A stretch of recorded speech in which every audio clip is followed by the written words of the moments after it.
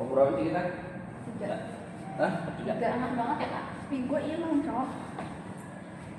Nah, Assalamualaikum warahmatullahi wabarakatuh. Perkenalkan, nama saya Raffi Maulana Abdillah. Dengan kami dari kelompok 3, kita akan membawakan materi tentang 3.7 tentang protokol dan model. Nah, kita langsung saja ke materi 3.1 yang akan dijelaskan oleh Reji. Nah, Reji, kamu sendiri. Terpotong aja. Nah, Ntar bubar dong. Enggak. 3.1 peraturan. 3.2 itu dasar komunikasi.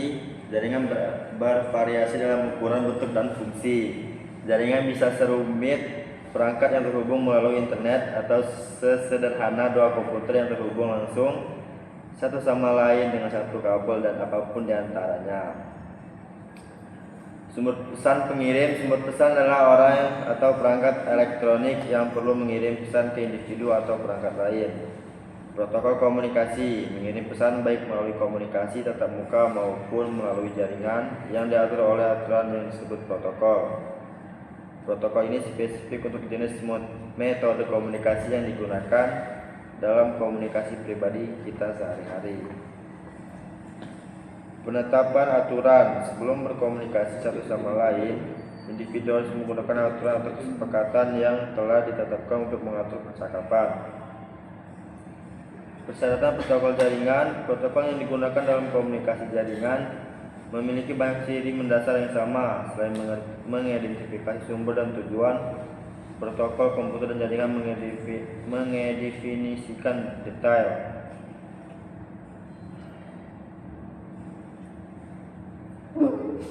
Apa itu? Ukuran pesan. Aturan komunikasi lainnya adalah ukuran pesan. Apa itu? Habis ruang lah.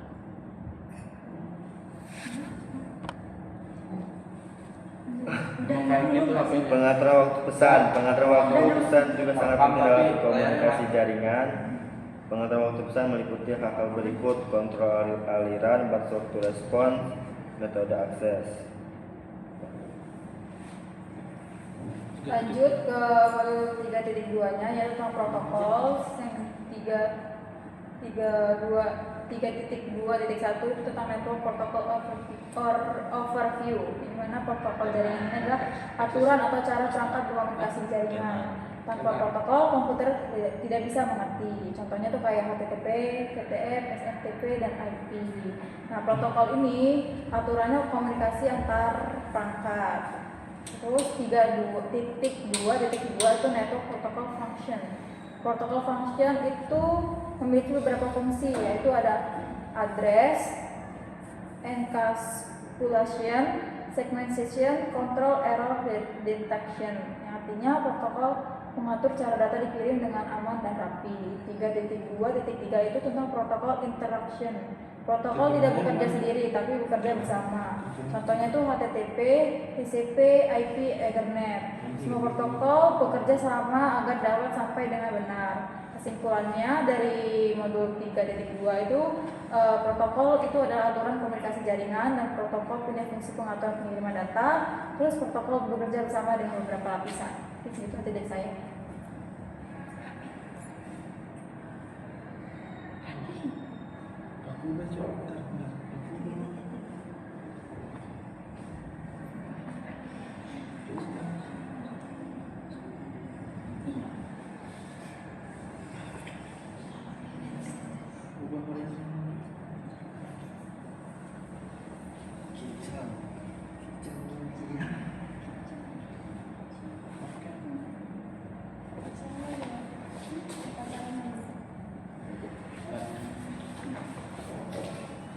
Dan selanjutnya ada 3.3, yaitu rangkaian protokol jaringan. Dalam banyak kasus, protokol harus dapat bekerja sama dengan protokol lain agar pengalaman online Anda memberikan semua yang Anda butuhkan untuk komunikasi jaringan. Rangkaian protokol dirancang untuk bekerja sama secara mulus.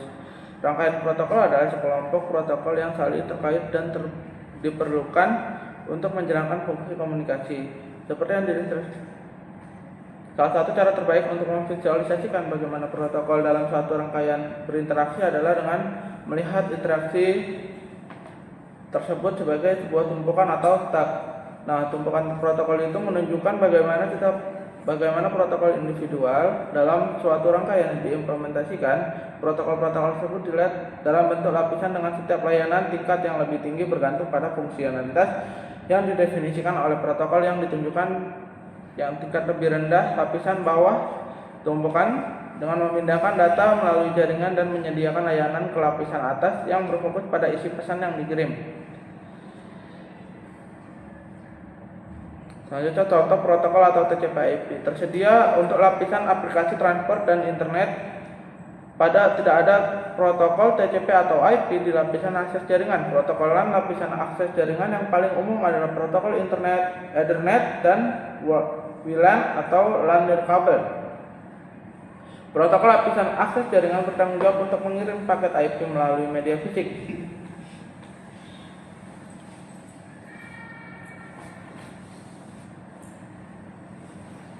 Selanjutnya 3.4 yaitu organisasi standar. Pertama, standar terbuka. Standar terbuka membuat perangkat dari merek berbeda bisa saling terhubung, mencegah monopoli dan mendorong inovasi.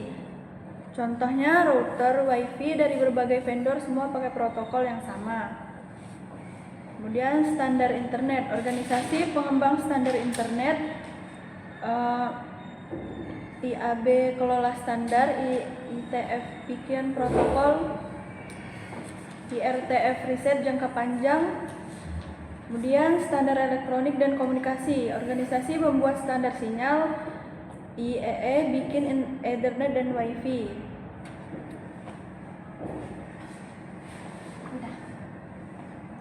Selanjutnya di sini saya akan menjelaskan 3.5 yaitu model berlapis. Yang pertama adalah manfaat model berlapis. Model ini digunakan untuk menyederhanakan konsep jaringan yang kompleks. Manfaatnya yaitu membantu desain protokol, memungkinkan perangkat antar vendor bekerja sama, dan mencegah perubahan di satu lapisan mengganggu lapisan lain. Yang kedua ada model referensi OSI 7 layer, yaitu yang pertama physical, transmisi bit melalui media fisik, yang kedua data link, pertukaran frame antar perangkat di media yang sama, yang ketiga network, penentuan jalur routing dan pengalaman yang logis. Yang keempat ada transport, segmentasi dan pengiriman data antar ujung perangkat. Yang kelima ada session, pengaturan dialog atau komunikasi antar aplikasi. Yang keenam ada presentation, format dan data inskripsi. Yang ketujuh ada application, yaitu antar muka antara pengguna dan jaringan. Yang ketiga itu ada model protokol atau TCP/IP.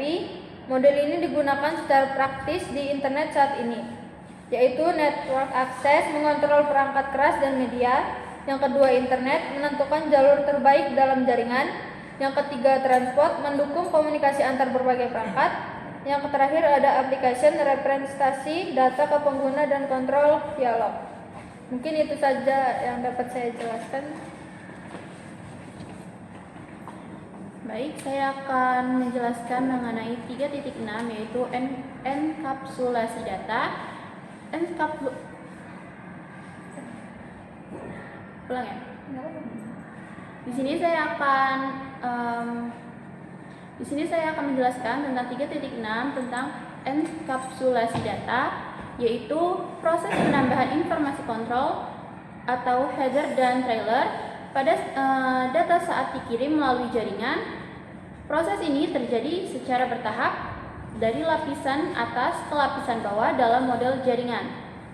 Proses enkapsulasi data yang dikirim akan melewati beberapa lapisan yang mengalami perubahan bentuk, yaitu pertama application layer, kedua transport layer, yang ketiga network layer, yang keempat data link layer, dan yang kelima itu ada physical layer. Kemudian ada tujuan dari enkapsulasi, yaitu untuk memastikan data sampai ke tujuan dengan saya ulangi. Yang pertama tujuannya memastikan data sampai ke tujuan yang benar. Kedua, mengatur proses pengiriman data secara terstruktur. Kemudian memungkinkan komunikasi antar perangkat dalam jaringan. Yang keempat, menyediakan mekanisme deteksi kesalahan. Kemudian proses enkapsulasi di sisi penerima. Proses ini dibalik, descapsulation, yaitu penghapusan header dan trailer pada setiap lapisan hingga data kembali ke bentuk semula. Selanjutnya di sini saya akan membahas submodul 3.7 yaitu data akses. Yang pertama adalah alamat. Alamat terdiri dari dua bagian, yaitu alamat sumber dan tujuan lapisan jaringan. Ini untuk mengirim paket IP dari sumber asli ke tujuan akhir. Yang kedua ada alamat sumber dan tujuan lapisan tautan data, untuk mengirim frame tautan data dari satu niche ke niche lain pada jaringan yang sama. Lalu bagian alamat logis lapisan 3. Alamat IP adalah alamat logis jaringan. Lalu apakah IP berisi dua alamat IP, yaitu alamat IP sumber dan tujuan. Alamat IP sendiri ada dua bagian lagi, yaitu bagian jaringan atau prefix dan bagian host atau ID interface. Selanjutnya untuk bagian peran alamat lapisan tautan data jaringan IP yang sama. Ketika pengirim penerima paket IP berada di jaringan yang sama, frame tautan dikirim langsung ke perangkat penerima pada jaringan Ethernet. Alamat tautan dikenal sebagai Ethernet Media Access Control atau alamat MAC tertanam secara fisik pada niche internet. Ada dua bagian, yaitu alamat MAC sumber adalah alamat MAC address dari perangkat yang mengirim frame tautan. Yang kedua alamat MAC tujuan ketika perangkat penerima di jaringan yang sama dengan perangkat pengirim. Selanjutnya bagian peran alamat lapisan jaringan. Ketika pengirim paket berada di jaringan yang berbeda dengan penerima, alamat IP sumber tujuan mewakili host di jaringan berbeda. Ini akan ditunjukkan bagian dari alamat IP host tujuan. Peran alamat lapisan tautan data berbagai jaringan IP. Ada alamat MAC sumber, yaitu alamat MAC Ethernet dari perangkat pengirim, misalnya PC1. Alamat MAC tujuan ketika perangkat penerima yaitu IP tujuan berada di jaringan berbeda dengan perangkat pengirim. Selanjutnya bagian alamat tautan data. Di sini ada 3 contoh, yaitu host ke router, router ke router, router dan ke server. Lalu paket IP dienkapsulasi dalam bingkai tautan data yang berisi informasi tautan data, yaitu alamat tautan data sumber berupa alamat fisik niche yang ngirim frame tautan data, dan alamat tautan data tujuan berupa alamat fisik niche menerima frame tautan data.